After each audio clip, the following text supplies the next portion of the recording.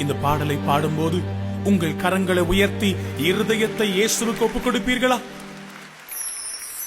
பாவியம் என்னையும் அன்பால் அணைத்தீரே என் இயேசு ராஜா நன்றி. தம் சித்தம் நிறைவேற ரத்தம் தந்தீரே என் இயேசு ராஜா நன்றி. இன்னொரு முறை பாடுவோமா? பாவியம் என்னையும் அன்பால் அணைத்தீரே என் இயேசு ராஜா நன்றி.